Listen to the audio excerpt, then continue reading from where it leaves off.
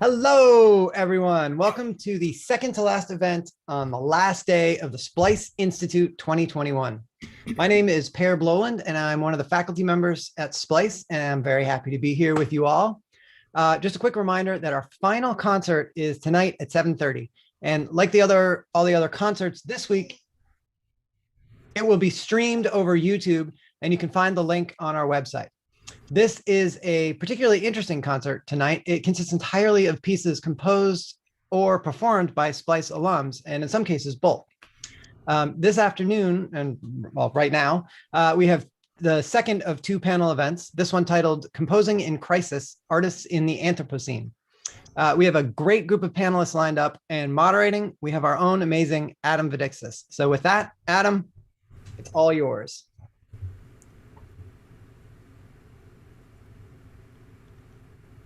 Thanks, Per.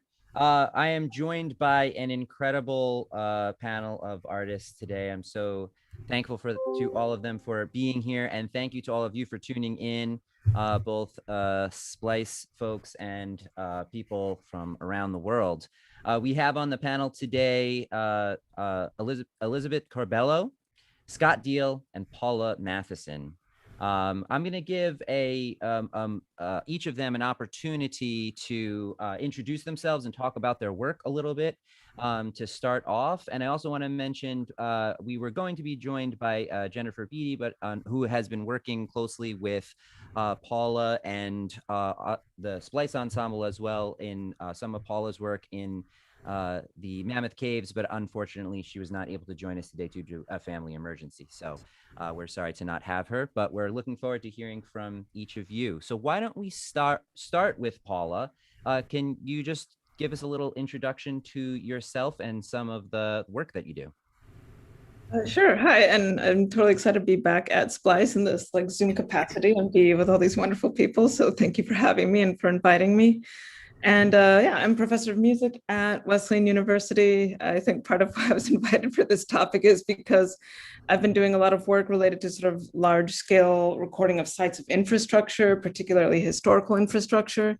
And then that has extended into my interest. I have a sort of longstanding interest in subterranean spaces, and that has extended to caves.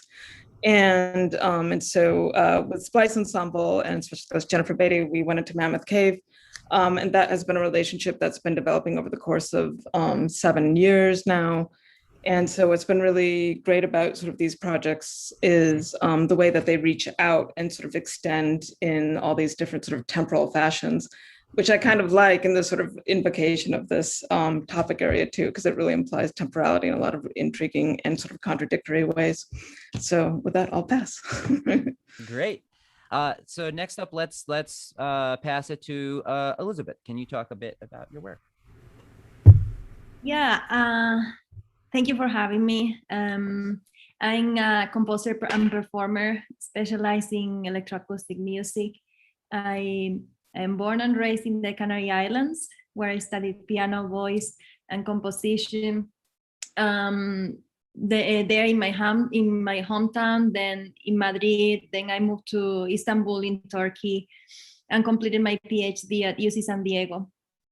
Currently, I'm appointed as an assistant professor of electroacoustic composition and music theory in the University of Utah.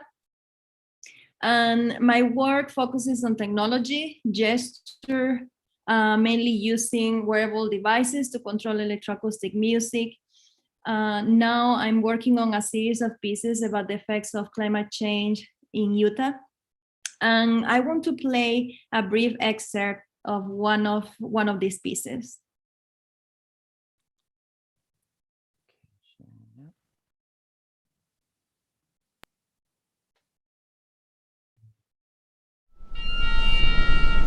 If we could make audible the enormous exhale of emissions created throughout a day in Salt Lake City, how would it speak to us? What instrument would it play? What is the song and sound pattern of our pollution? And would we listen?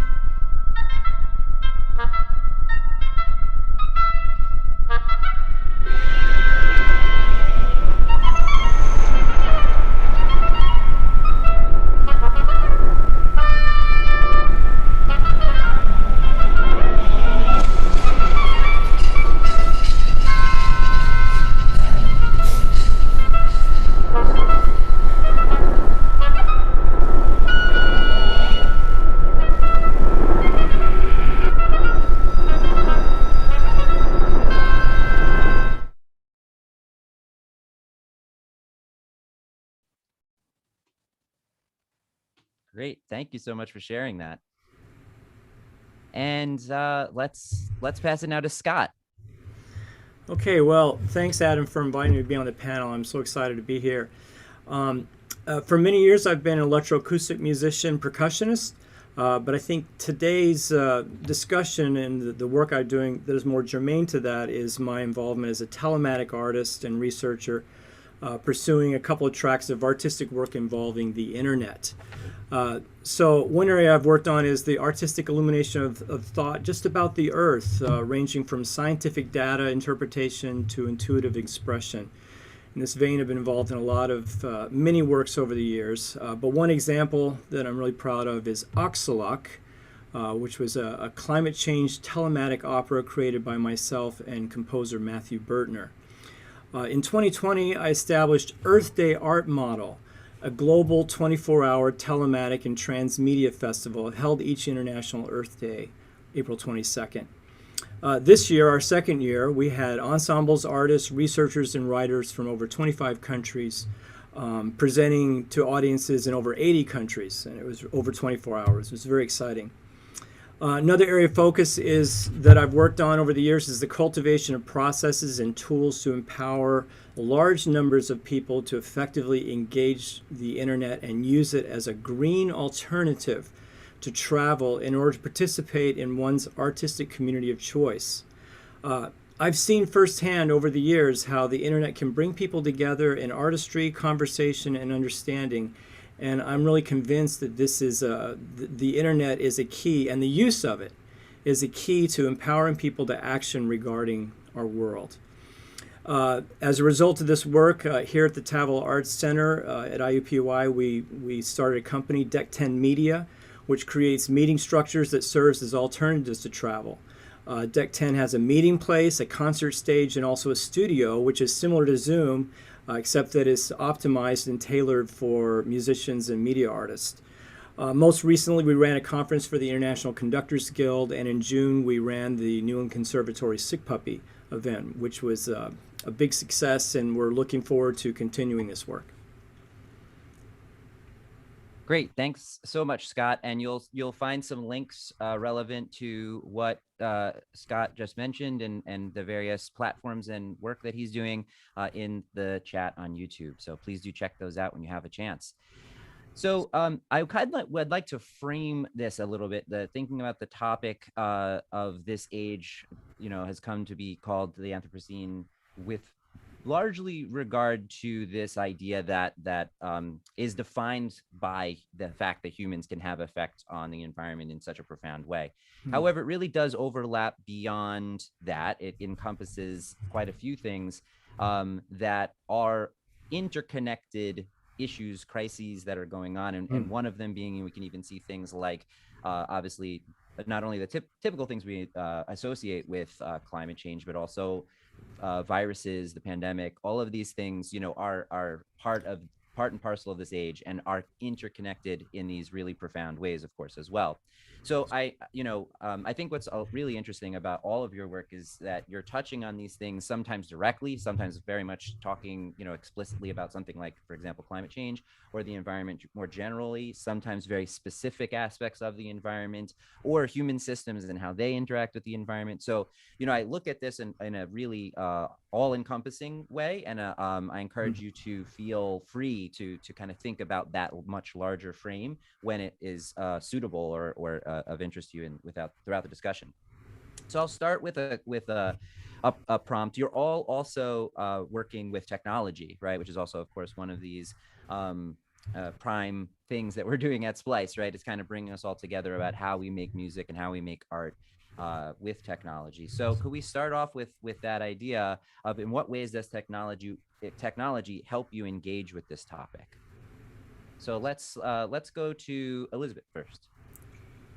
I think technology helps to be able to look at science and analyze the data, to be able to convert data that you get from science, and that's where you find the truth of what is going on with climate change, where you can analyze it in detail. you can, yeah, through technology, you can look at that and then you can convert those numbers. You can understand the data, you can convert it to sound and create sonifications. And then as composers, we can interpret those sonifications, we can interpret the data, but without the technology, we can't look at the data and really understand the science. Great. Others? Thoughts? Sure. I mean, it's interesting to talk about this in the context of SPLICE, right? Like, because it sort of implies like an older technology that most people aren't using, right, in this context of like coming from tape. And so there's part of that that's useful, but like that vocabulary persists. And so I think that whole thing of like, you know, thinking of the technology as like, in a way too, as being like a framing device. In some ways too, it's also a notational strategy. And so like, I think when I first started out with a lot of the projects that I was interested in, I tried to be very strict and systematic about it, but then I became a lot more flexible and improvisatory as I continued to work. So there's, you know, like I've tried to do a lot more in terms of like not being so rigid in my practice, but being more like, what does the space suggest?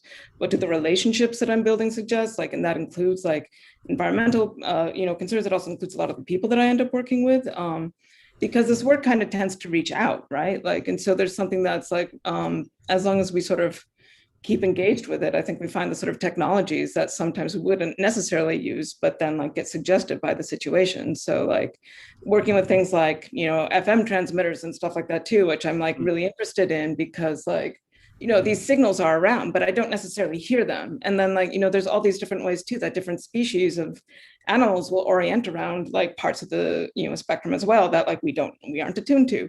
And like in a way too, right? Like if you look at the work of Brian House, for example, which I think is fantastic, like part of what he talks about is like when we're talking about things of being subsonic or supersonic, like we're orienting everything around us, right? Like, because who is that implied towards? That's implied towards humans, but like a lot of animals are actually on different parts of the spectrum. So like Bernie Krauss's niche hypothesis, for example, is like really important for thinking about some of these issues in terms of biodiversity, because if you look at the spectrum of certain environmental areas, you can measure out like what the kind of health is of that system based on the acoustic diversity of the number of signals present. And, you know, these narratives kind of get sort of sad, you know, as we engage with them, because a lot of places we find that the number of signals present in space tend to diminish. But if you look at some place like Chernobyl, for example, where like Peter Cusack has done like really amazing field recordings, we find that like, wow, like there's a lot of like wildlife has taken over because a lot of humans have left on account of the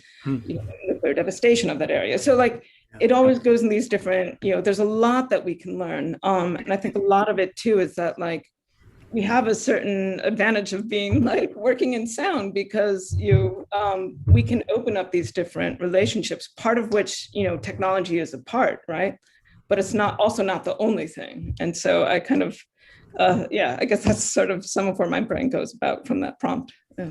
Sure. I always find that Chernobyl thing to be so, because like it's like this horrible event that then has, let's like been the sort of prompt for this like retaking of the wildlife there, which is like this very strange, it's like only in the face of something that disastrous does this type of shift happen.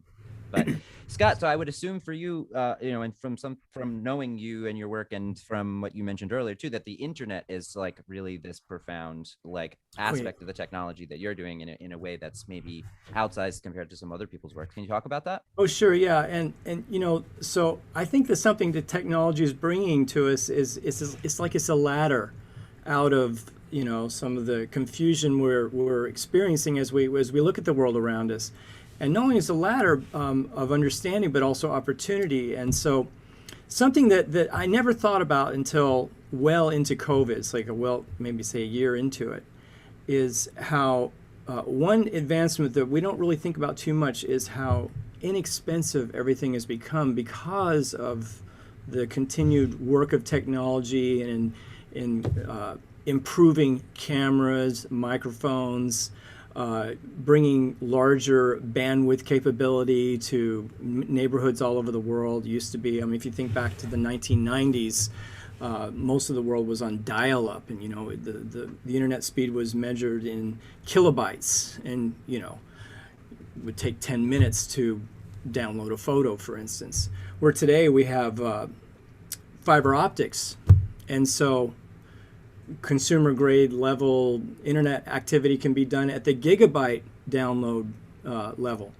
And then also, as I mentioned, the equipment that artists use has 20 years ago, some of it was prohibitively out of reach for the average person who wanted to express themselves either musically or artistically in some way, or they'd have to buy really cheap versions of it.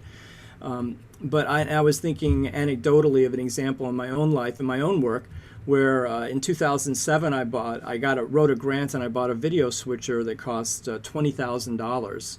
And last year I bought a nicer one. Well, I don't know if it's nicer, but it does more things for less than $400. And so this kind of technological improvement is pervasive throughout, everything we do, especially for musicians and artists. And so, and I also saw this when we had the festival, that I was just amazed what people could be doing in their homes with a little bit of creativity and, access to better bandwidth, better equipment. And so it makes me very optimistic for the future. That's great. Yeah, well, we need some optimism, I think, in this. It's like otherwise you're just going to give up because it's all very daunting and depressing. It's pretty bleak. So we look for these bright lights where we can. I don't want to be very optimistic in that. It is true. It is true that in general we are.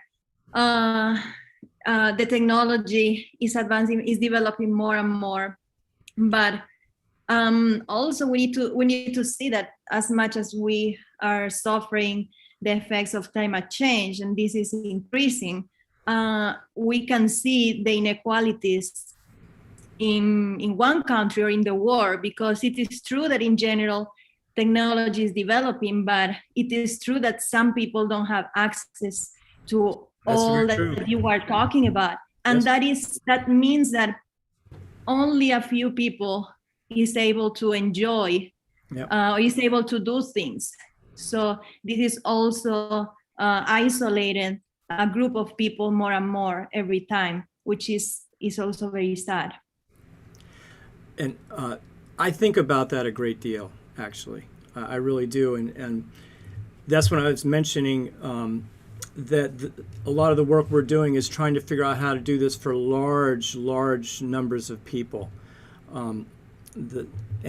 You're right. The sad fact is that is still an elitist territory to be able to get on the internet and do something interesting with your art. You have to have a nice computer. You have to have bandwidth, and that still cuts out countless millions of people. But I do think it's going on the right track. I think that when I first started doing these things basically at the turn of the century, this activity was limited to people who were in high-end research universities or who had just a great deal of money. And today, we can see people from all the continents of the world and in many countries from their apartments be able to, maybe they don't have the super fast bandwidth that would be nice to have. But I entirely agree with you. It's still quite elitist, and we have a lot of work ahead of us at the legislative level and the business level to open this up and get more people connected. Yeah, and with also the paradox that you bring out there with regard to inequality is also mirrored in things like solutions to climate change. It brings to mind, for example, that the technologies that we use also to hopefully create opportunity to improve things can be devastating. We think about lithium mining for electric car batteries, and it's like electric cars better for the environment, mining for lithium has an impact too. So all of these things are they're connected, and they are oftentimes at odds with each other.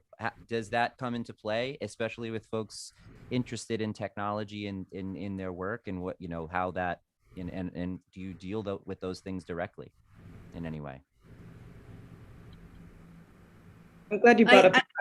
Oh, sorry. Go on. Paula, you talk. No, I was just glad that you brought that up, because I was thinking, like, when we talk about our technologies aren't innocent, right? Like, if we use them, like, we're actually becoming part of a much bigger system. It's bigger than us, right? Like, it pre-exists us, but there's a question of how we engage with it, right? But like, those things are like, it was that thing where I like went, I went with, like, this will sound really geeky, but I went to the Pantheon with a historian who was like pointing out all the different like colors of the stone inside of it. It was like, oh, this came from this part of the world, this came from that part of the world. And I was like, wow, yeah, all this stuff is like set up way earlier than I ever really thought about, you know, like, but like that sets up those relationships to write like what is being built and what is the resources that are being like pulled and extracted away from that. And so like there's part of it which is like we're complicit in a lot of these relationships because there's very little choice in a lot of that. But where do we find the agency to be critical of that and to like potentially reinvent those relationships, open them up for potential other strategies of making work, you know, and spending sound and time with each other, you know? So. Yeah. It's really true. You can't, you know, you can decide not to get on an airplane, but then if you're, you know, using technology the way I would say a lot of people that involve themselves in something like SPLICE was, you're still burning a lot of fossil fuels. You're still, your carbon footprint is probably still larger than average. And so how do we manage that, or how do we think about that? How do we act on that? And it's a difficult question. It's one I grapple with all the time. And I don't have a ready solution today. You know, I mean, I don't know what the solution is other than to try to find the things that are least harmful and at least have a potential for being integrated more into a green alternative sooner than later. So for instance, the internet, here's an interesting factoid. Air travel takes 2% of the world's carbon footprint. Internet activity also takes about 2% of the world's carbon footprint.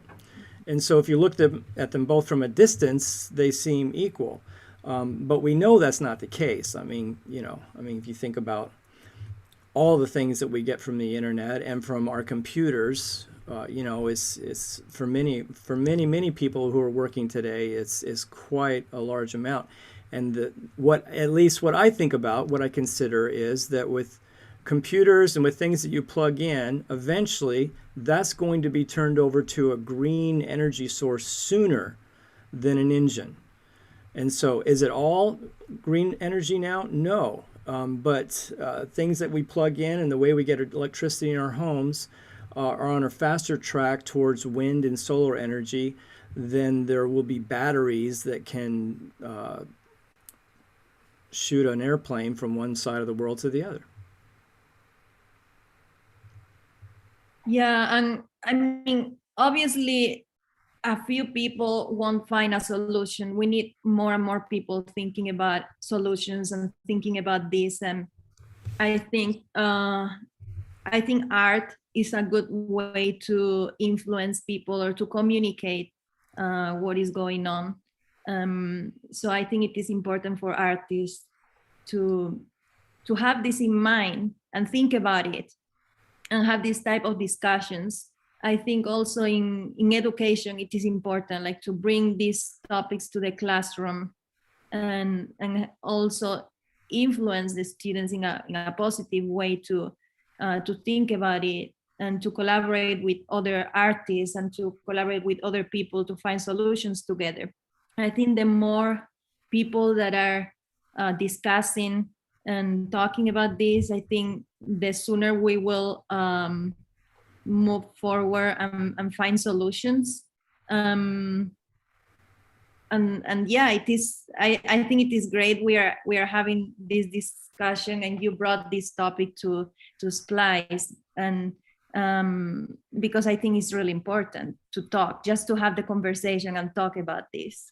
Yeah, I think 100% you bring up a great point too. It's just about musicians in general, but and artists as well, you know, in broader sense, you know, are trained to think about complex systems in unique ways that are different than other disciplines, and also collaborate in unique ways. And it's important, I think, to have those voices included in solutions because of the unique thing that those folks bring to the table. 100%. I want to jump to something real quick, a question from the YouTube chat here. J.R. Brooks, I'm going to paraphrase a little bit, but just to kind of jump back to that, this idea of, expanding the internet, in part to provide more access and to make that more equal for people also will have an impact. So, JR brings up Starlink, for example. So, so how would you feel about the impact of a project like Starlink to connect us? Or you can also make that more broadly, perhaps to any kind of like increase in connectivity, providing more access, and the environmental impact that also brings. Now, Scott, you talked a little bit to this already in the sense that they're connected to energies that will be greener faster, right? And we kind of think about what's going to get greener faster. So that's certainly one thing. But are there other ideas around that?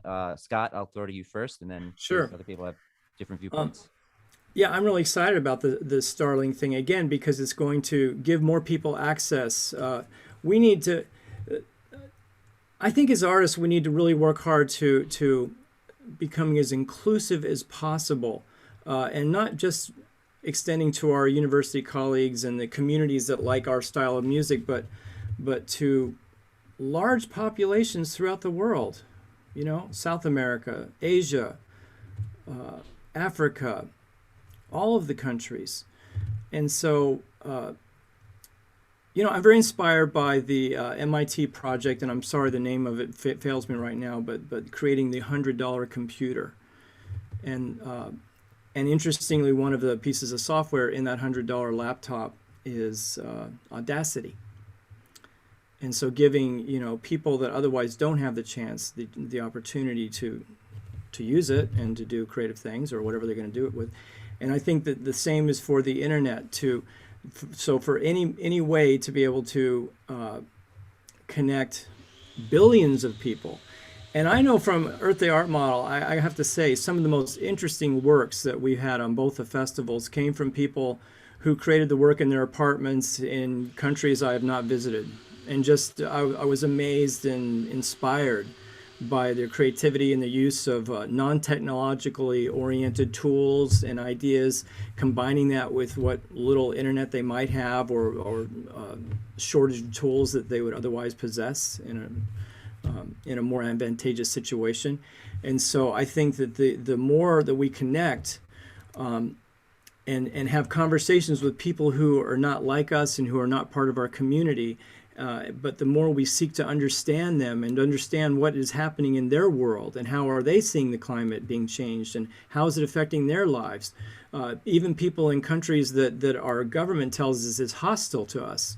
I would love to, I'm intrigued by the artistic work and the political thought of countries in the Middle East and in countries in the subcontinent and throughout China.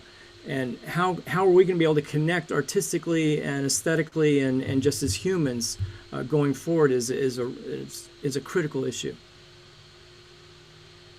Can we throw it to Elisabet? I was wondering if you could speak to that with regard to also this idea of the imbalance between access and the idea of it expanding, also then having the environmental impact. Yeah, I think something that I have seen a lot happening in workshops or discussion conversations in different places or in universities, they talk mainly about what we are doing to make things better. And that's good. That's good and is positive, but we are all together in the world. Like we can think about what we are doing in one place right now here, but whatever is going to happen in the world will happen everywhere. It's going to happen everywhere. So it's not going to happen only in places that have great internet connection and great technology. Everybody is going to suffer. Everybody is suffering now. Everybody is suffering now. What is happening? True. So I think that's something, is a connection that we already have. And I think the more connected we are, and if it is through technology, because it is facilitating things much faster. I think that's the right way to do it. I agree with Scott, talking like having this diversity of opinions and having groups of people from different parts of the world with very different backgrounds and having discussion, this type of discussions, I think is more beneficial than a lot of people having a discussion in their place only and not communicating with other very, very completely different places. So I think that's why technology, for everybody to have access to technology, I think that would be very beneficial. I also want to point, Patrick McGraw in the chat points out also that the infrastructure of the internet also uses resources in ways that are largely invisible to its users, which adds sort of another layer of complexity to that as well. Really great things going on in the chat, and I cannot cover all of that, so I just want to mention that to the people watching. Please do continue putting your prompts and questions and comments there. It's really great to see everything that's going on. It's very active, and I'm not going to be able to get it all over to our panel, unfortunately. So I'm doing my best to try to integrate those. But I encourage all the panelists to go check out what's the chat when we're done. It's really great.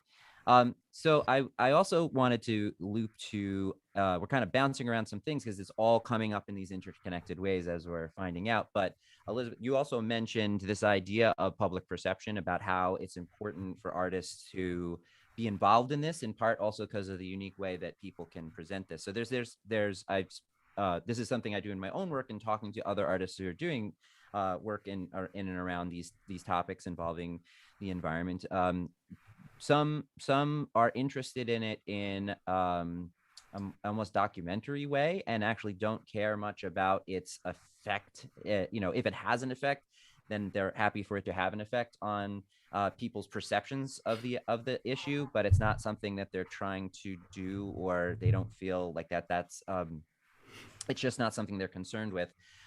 It's more about almost like this artistic experience. Other people feel very much like they're making to be part of a solution, perhaps, or to get people together to think about these in unique ways. And there's a whole spectrum of things there, which includes, I'm sure, all of this for most people working in this. But in what ways do you feel like your music, art, multimedia, all of these things that you're doing play a role in a solution, or is that something that you're even concerned with at all in your work? Do you even really care about that very much as you're making? Let's go to Paula to start. I was like, wait, I was like totally like really geared for Elisabet to be the first. Well, we just haven't heard from you in a bit. Like, it's all coming up all the time. And it seems like Elisabet was always saying it. So it's like, if I always throw to her, we're just going to hear from her the whole time, which would be amazing. But I also want to hear from you other two as well. Well, it's like my question with like solution, right? Like, is like, what can we actually know, right? Like, I mean, and that's like becomes a very complex question. So like, I think the thing is to keep asking the question, because what we're talking about, right? Like is, like I hate to use this word, but it's like a target that's, but it's always moving, it's always shifting, because like we're always learning more. And a lot of it too is that like, hopefully by doing that, we also get a greater humility, and so like, there's something, like I found it interesting in terms of this question too, of like think about composing in crisis and the Anthropocene, because to me there's like an interesting contradiction in there too, like, or not, like there's a certain juxtaposition of like thinking what the temporality is of like a crisis, which usually seems like in the invocation of it, a lot of times I think of something that is relatively shorter or bounded, and we like modify that word by calling it ongoing, right? Like if it's actually something that is going to go beyond that.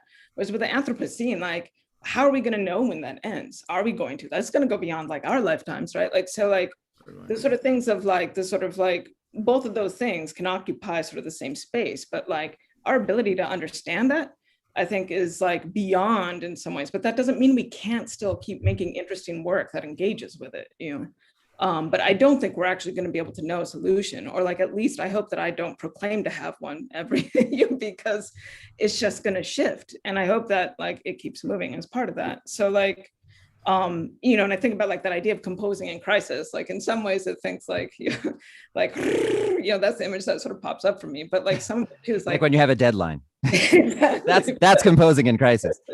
But like, I do think it's possible to compose to get ourselves out of crisis or to get ourselves into a different way of listening and thinking about it. And so like, I like very much, the question that was asked in Elisabet's piece, like, would we listen? Like, that is a really important question. Like, and, it's just like, so like, yeah, I wouldn't, that's a good thing to keep returning to as part of that, so yeah. And then Scott, it seems like yours would, that's clearly in some ways, part of the idea, right, of having the festival model or day art model that you put together. Yeah, I agree with Paula. I don't think that there is a solution, and I know that sounds unoptimistic, but what I think rather is action. And I think back to when I first started, it was in, again, around late 90s, turn of the century, when I started thinking a lot about climate change and what was happening. Had a lot to do with my proximity where I was working at the University of Alaska, and there were a lot of scientists working on that, and many of them were my friends. In fact, I married one, climate scientist. And now they're not your friend? No. Well, no, we're still good friends. Very good. But the, and it's overwhelming. It's overwhelming to me what is going to happen to the planet. Right now, and not just climate change, but also the Anthropocene, biodiversity. There are over 1 million species that are in danger of extinction, and certainly we're not going to save 1 million of them. We're overmining the earth. We're overfishing the oceans. We're taking the wood away. I mean, we're destroying the world like a cancer. And and I don't like to think of humanity as a cancer, but the mass of humanity is behaving that way.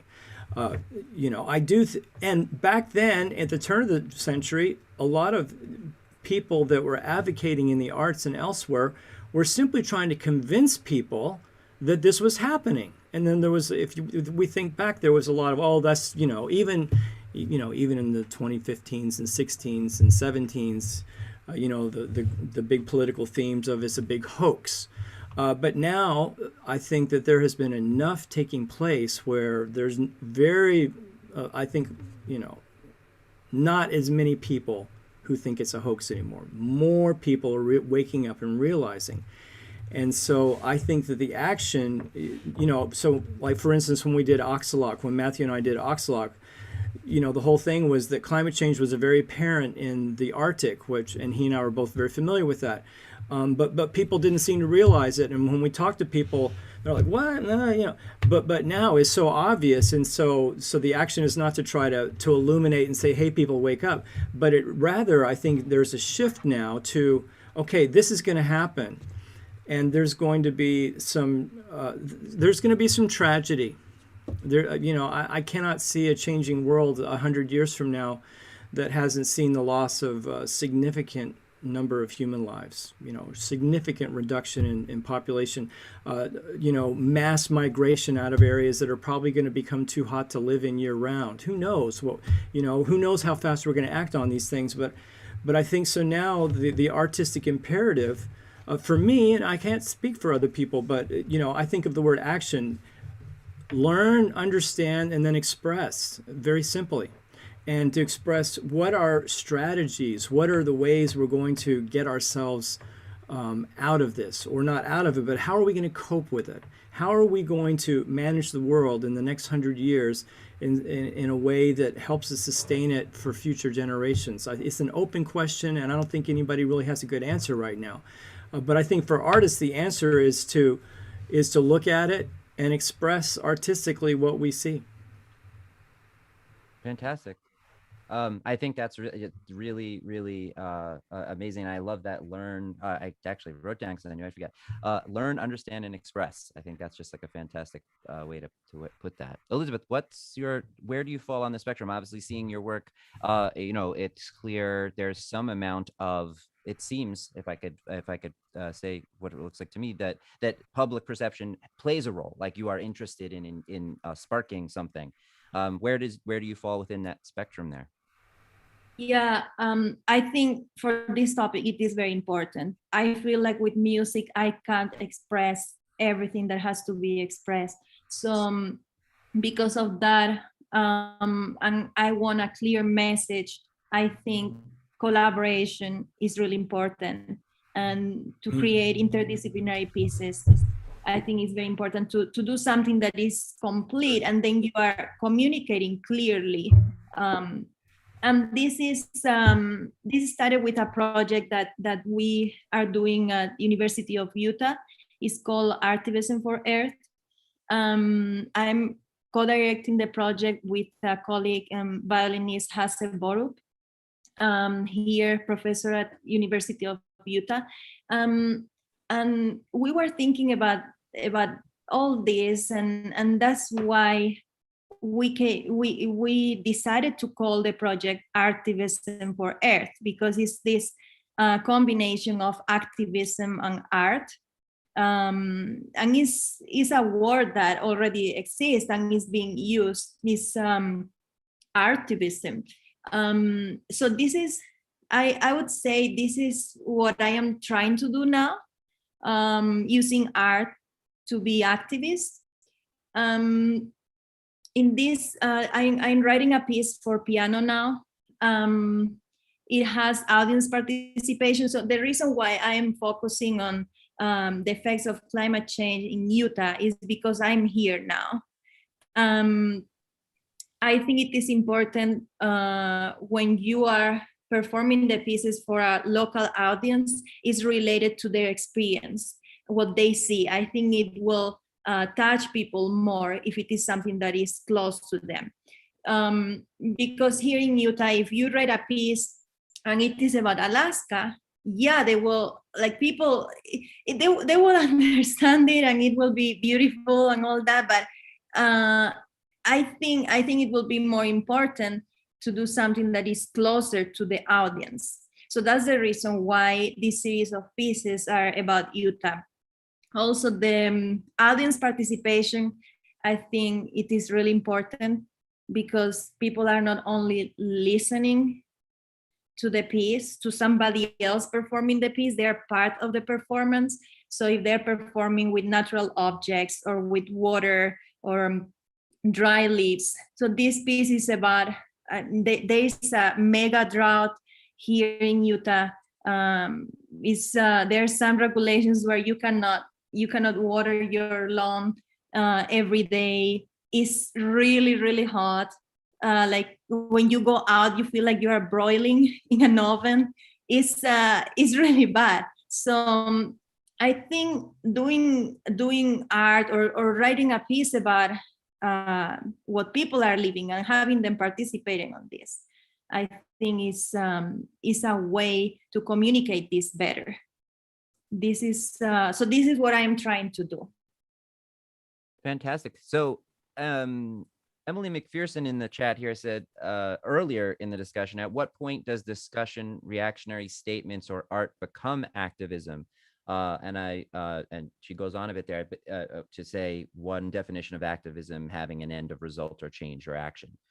So this idea of artivism, that you kind of have this portmanteau of those, I think is really interesting and speaks directly to what Emily was asking. So Paula and Scott, how do you feel about that idea of activism with regard to specifically to maybe your artistic practice? And I'm separating that a little bit, Scott, from things like systems you create, like the Deck 10 and Earth Day art model for artists to present work, but actually in also your own percussion playing, composing, and things like that. Like, do you feel that activism is a goal within that as well?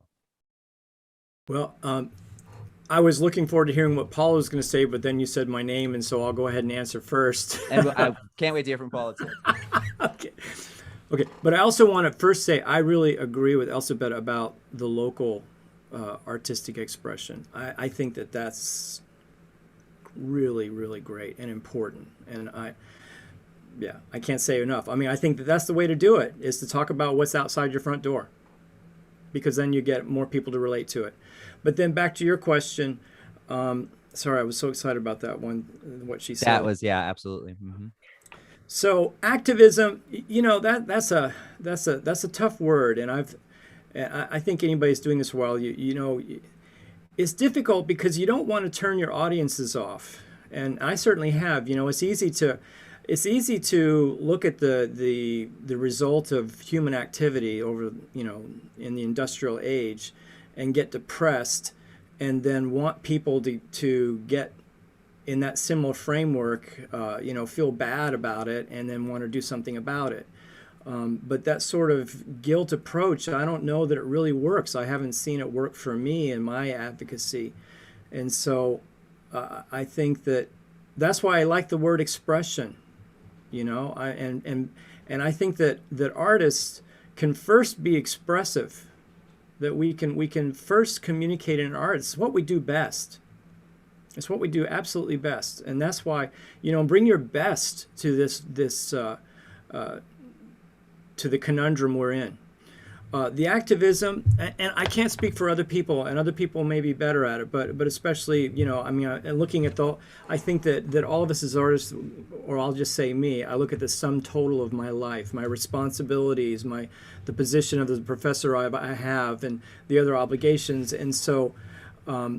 I try to be a private citizen who is very active in advocacy, visiting my congressperson, writing letters, giving money, being a caretaker of how I spend, how I travel, how I use fossil fuels, those kinds of things. What is our household like? And as a citizen, as a private citizen, stand up and protest. And certainly there is such a thing as protest art, and it's very, very important. And I think that people should do it. But I've made the choice to leave the activism. I try to keep that as a private part of my life, in other words. And so then to express the realities in a more transparent way that are facing us. To try to keep the emotion out, because when you look at it coldly and objectively, if you think about it, it's already going to evoke a great deal of upsetting emotion. It's already going to cause a great deal of consternation. And so I think that for me, it's been a journey of finding ways to express these things in a way that people will take it and not put their defenses up right away. And I live in a red state. It's a very red state. It's easy to talk about this stuff and get shut down right away, or be accused of being an activist as a professor and that kind of thing. And so, and not that I'm afraid of that. I mean, people can say what they want of me, but in terms of me having the ability to influence people who don't think like me, I attempt a colder, drier, more objective, less emotional, just give them what is really happening. Paula, where do you fall on that spectrum? Oh, all over the place. I mean, there's so many different kinds of work we can do in the world, right? And so I think activism also can just take so many different manifestations, and so part of that is through these questions. So I'm always hesitant to kind of define the sphere of activism as being too narrow, because I think it does, like many things, it pans out. And so when we're talking about, part of it is that I'm desirous of other spaces. I'm desirous of other changing contexts so that we can engage differently, right? Because there's part of that where it's sort of, I do think sound is special in that way, but that's also because that's how I orient towards the world. And then there's so many different ways of we all hear differently, right? And so we can all engage that differently. And so, there's an agency in listening, right? There's an agency in hearing. So there's part of it which is being mindful, I think, of what the interfaces are that and the tools we use to invite that. And so I totally understand when Scott says that it's a private thing too, but then it goes all these different ways, because I think it is something that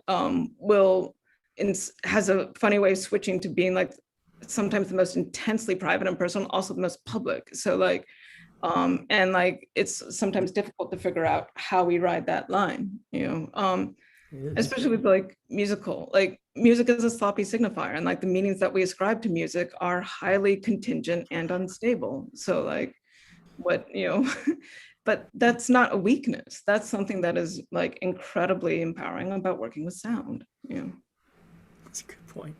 Yeah, absolutely. Great point.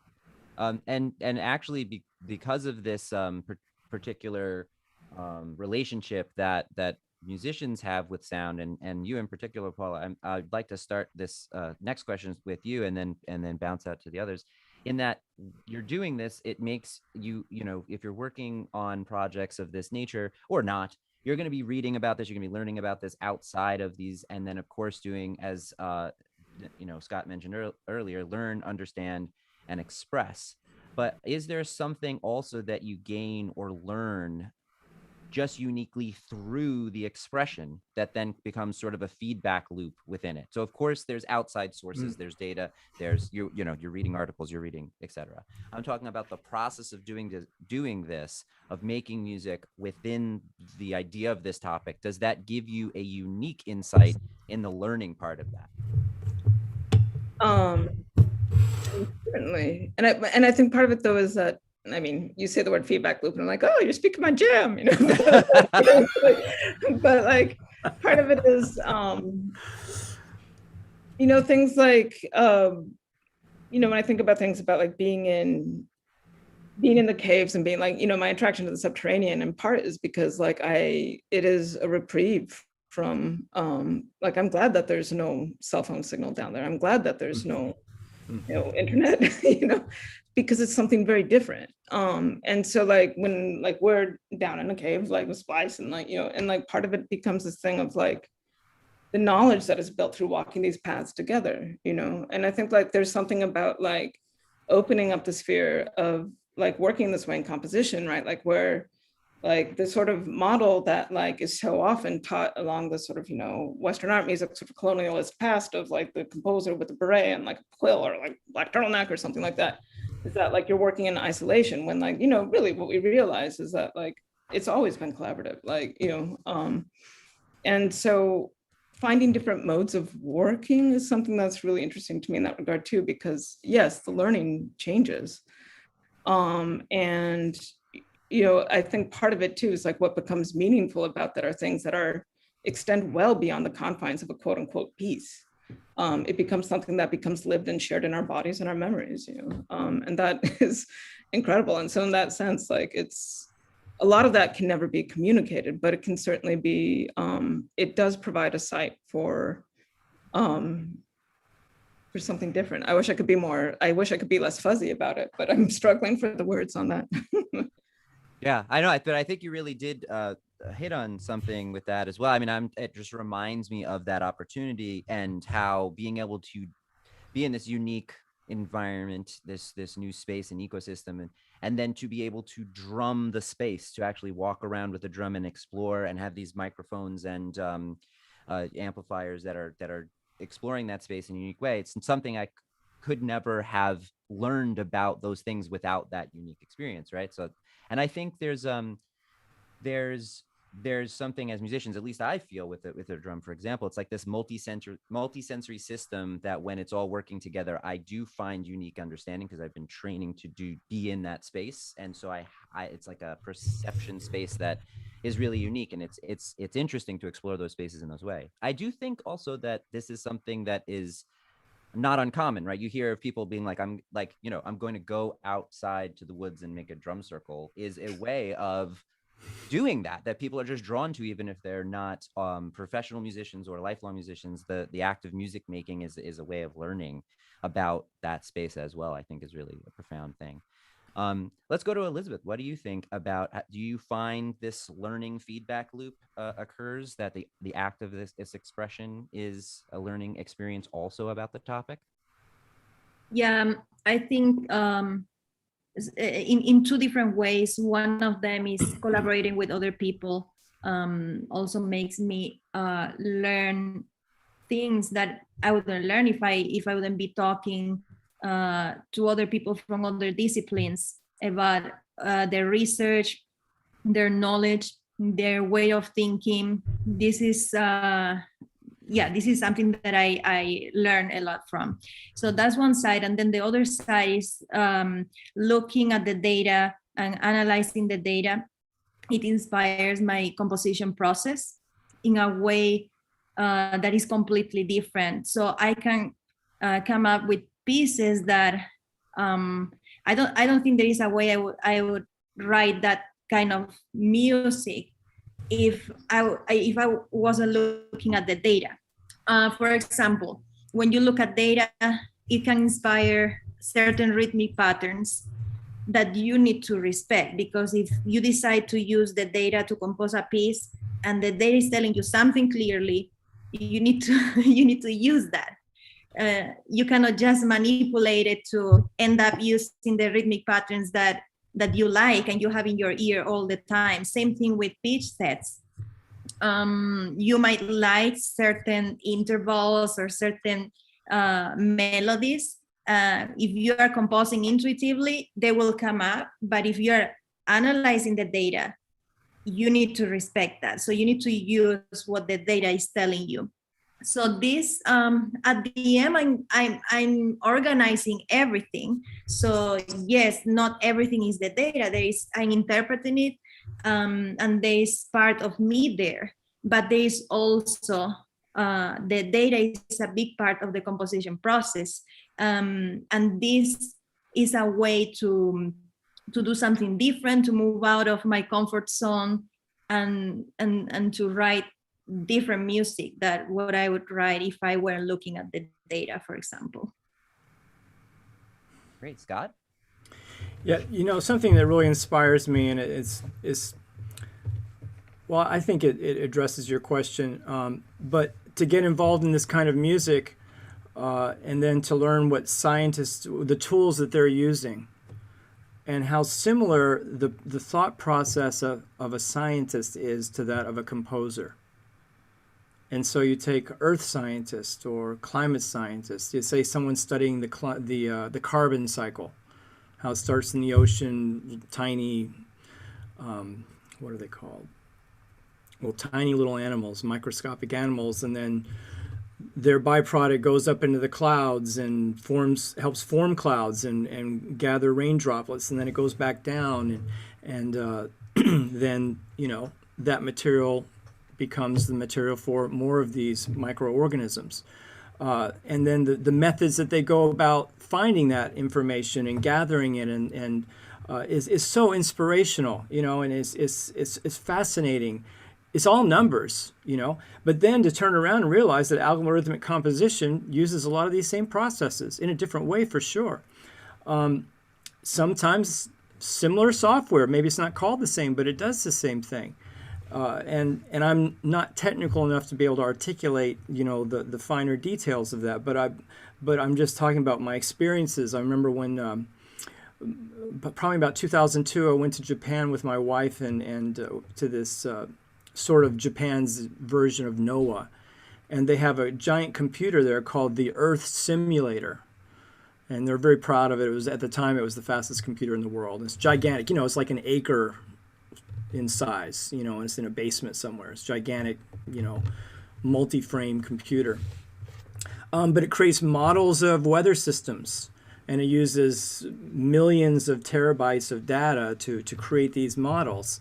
And so then artists can then look at this and sometimes always sees numbers, but for the composer who studies it deeply and they learn about, you know, what are these curves represent and how are they obtained, and then able to then translate that to an artistic output, is very closely related to how the scientist gathers that data and then analyzes, say, now, how am I going to communicate this to the public and to the government and to my colleagues in the journals?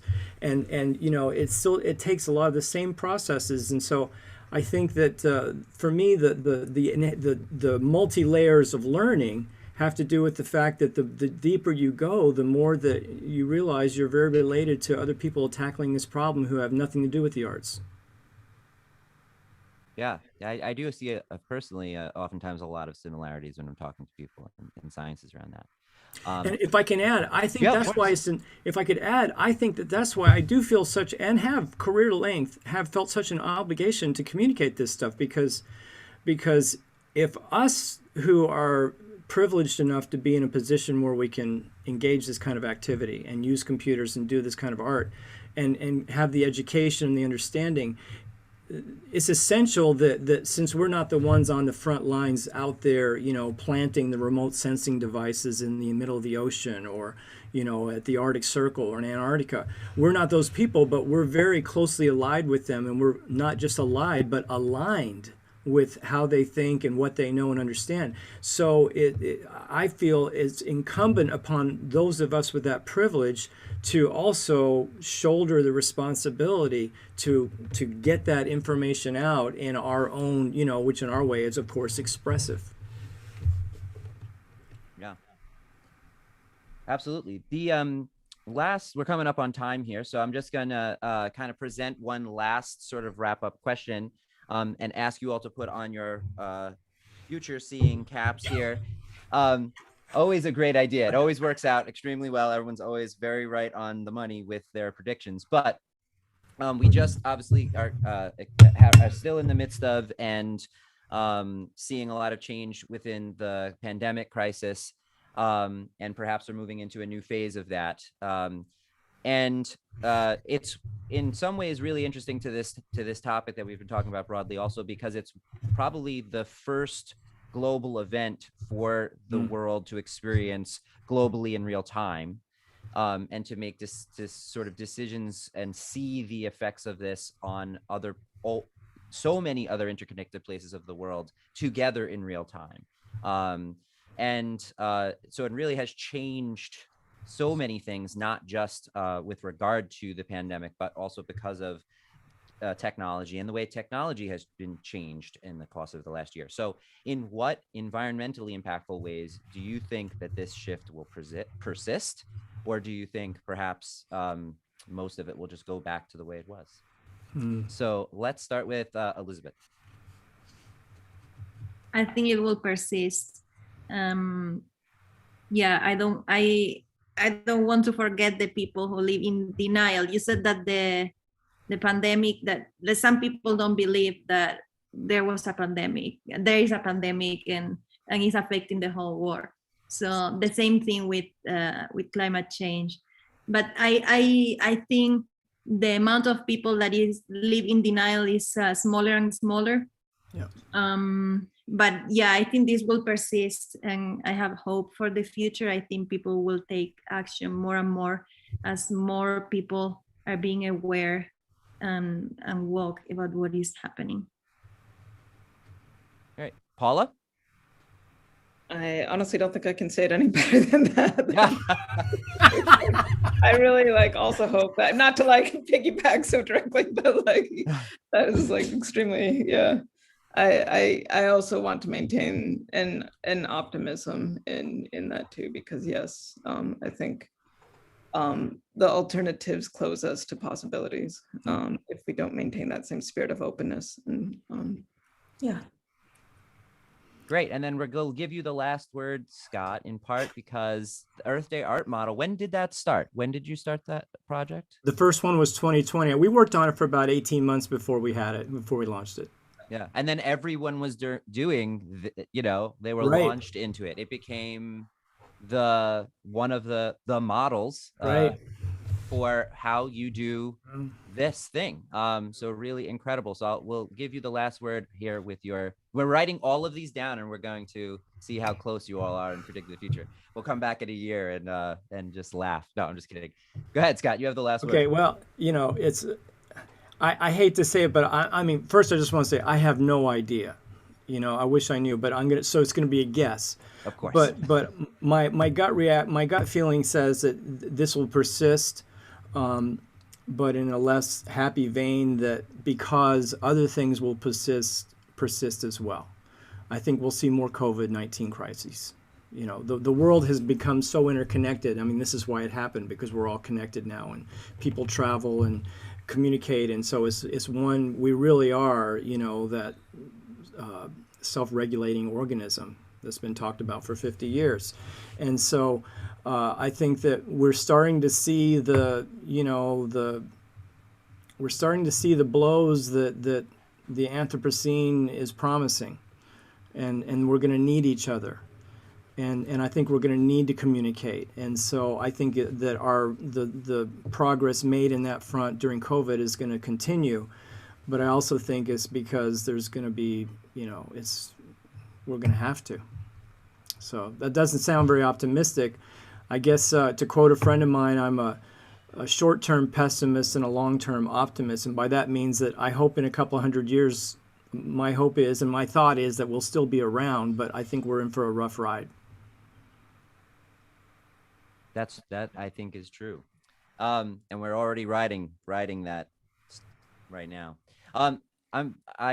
I'm so thankful for all of you for being here and for also all of the amazing work that you make.